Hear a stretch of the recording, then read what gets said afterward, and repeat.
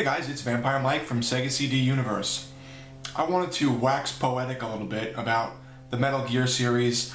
I had done a video in the past about it, so I am going to reiterate and touch upon some of the stuff I said in that video.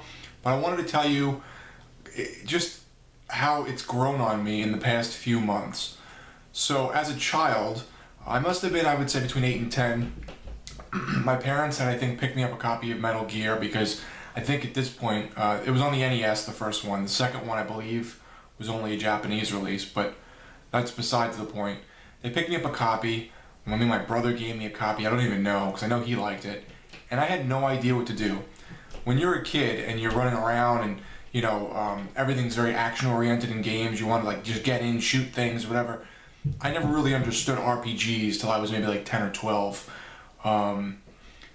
When I would rent games for the NES, like, I remember, God, Hydlide, and I was like, what's going on? Or like Final Fantasy 1, I had no clue how this was a game, considering it was turn-based. So, long story short, they get me, I believe, a copy of Metal Gear, and then my uncle comes over for Christmas and gives me another copy of Metal Gear. I had no idea how to play it, because up until this point, every game you played is just action-oriented. You run around, you encounter something, and it... I know, Stella. You encounter something and you take care of it. With this, you know, you had to sneak around. If you got caught, you got killed. Like, I totally didn't get it. You had cigarettes in your inventory. I was like, what the fuck is going on? Like, I just had no idea how to play a game like this. So, when I was a kid, it kind of put like a little bit of a bad taste in my mouth for the stealth genre. So, recently, actually maybe a year or so ago, my friend had lent me the HD collection on the 360. I played a little bit of it, but it didn't really click with me.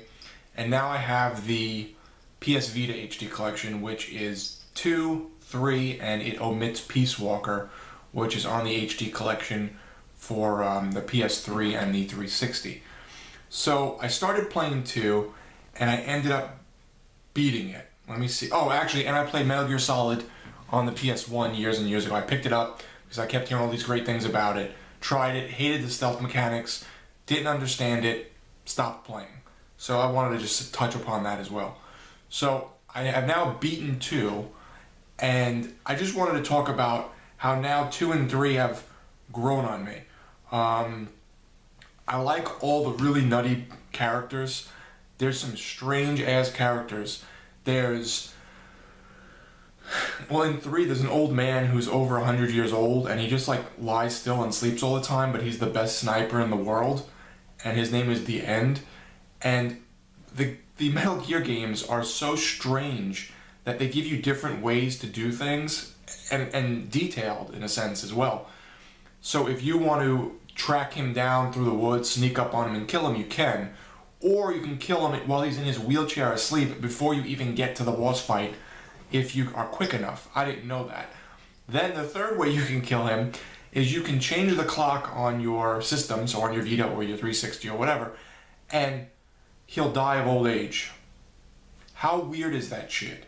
I mean, for someone to think of that, that is just so strange.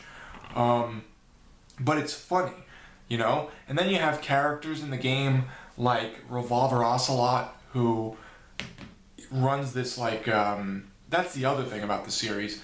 The stories are interesting, but the cutscenes are very, very, very long-winded and so convoluted that the story almost doesn't make sense in any of the games, because it starts out as like one thing, then it changes to another, then they'll throw in maybe 2 or 3 twists minimum, and you know, this person's related to this person did this to this person, is now turned on, and you're like, wait, what? There's so much shit happening that it's funny. The whole game series comes off to me like a cheesy 80s movie that didn't know what direction it wanted to go in. It's like, I don't even know how to describe it. It's like a bad Kurt Russell movie, but good. So bad it's good. Let me see, there was some other things I wanted to touch upon that I wrote down. I took a little, couple notes on this. It's just extremely cheesy. The stories are like nonsensical. They make sense and then they just completely go off track. I liked 2 so much that I've started playing 3, and I'm say maybe a little more than halfway through it, and I was now looking forward to play the Ground Zeroes demo, which my friends Timmy and Brian have, so they brought over and we beat it, and we beat some of the side missions. And it's not as quirky or goofy as the original titles, or as like the Solid series and stuff so far. The demo is more like serious, actually. It's more serious, it's more in tune. There's like a small story going on. But one of the weirder parts of the demo was you were able to, and I'm calling it a demo because that's kind of what it is. It's like maybe an hour-long mission, one mission, and then you can do side quests that expand the game. And those, like, maybe last 15, 20 minutes each, and there's like 4 of them, I think. You can actually rescue Hideo Kojima, the creator of the Metal Gear series and the Snatcher series and all that stuff. And once you rescue him, at the menu screen, he's sitting behind you looking out like a window, smoking a cigarette or something.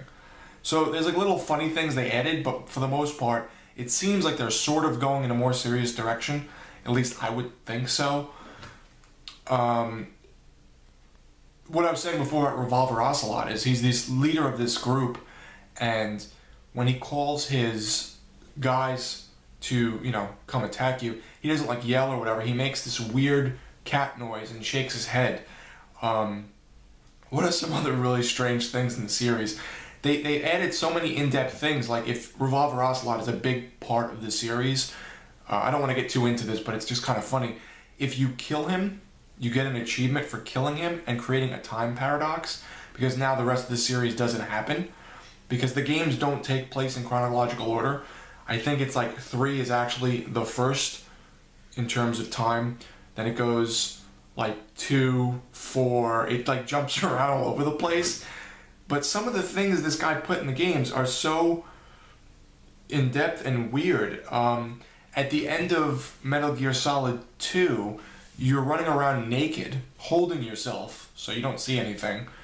And the general who, and this is a spoiler I guess, the general who you've been contacted with, in contact with the whole game through your like phone or whatever the hell it is now spewing off garbled bullshit about plants, how food, he turns his head and his face looks like a skeleton and then he goes back to normal, like it's very creepy. Then he starts telling you, like, yeah, I think you're done with this now, why don't you shut the game off, because he doesn't want you to complete the mission, because you find out that the general, again, spoiler alert, is actually an AI who's been using you throughout the whole game or some crap. But that's what I'm saying. The story is just so weird and convoluted that it doesn't make any sense. But after, I would say, 20 years of me trying this, because I was like 10 when I first tried the Metal Gear series, I actually like it now. It took me 20 years to like a series. It's so cheesy and weird and 80s-ish that I actually appreciated it and looked forward to playing the Ground Zeroes demo because of how strange the game series is. I've never experienced a game that took me 20 years to really get into. So I just wanted to talk about that. I thought it was kind of funny. I've been playing it on lunch still. As I said, I just beat 2, I'm playing 3, and it's just all extremely quirky. There's inside jokes. When you call people to save your game, they start rattling off trivia about movies and stuff. It's kind of like Deadly Premonition, but a little more serious, and obviously not scary, like the way Deadly Premonition has a horror element to it. But I'm not good at the stealth, so I usually play the game on like easy or very easy and just run around and act like an idiot. So I just wanted to talk about that. I do enjoy the series now. It just took a very long time for me to get into it. I think now I can appreciate its humor and the stupidness of it all. So that was really it. Just wanted to touch upon it. Thanks guys for watching. It's Vampire Mike from Sega CD Universe. Be good.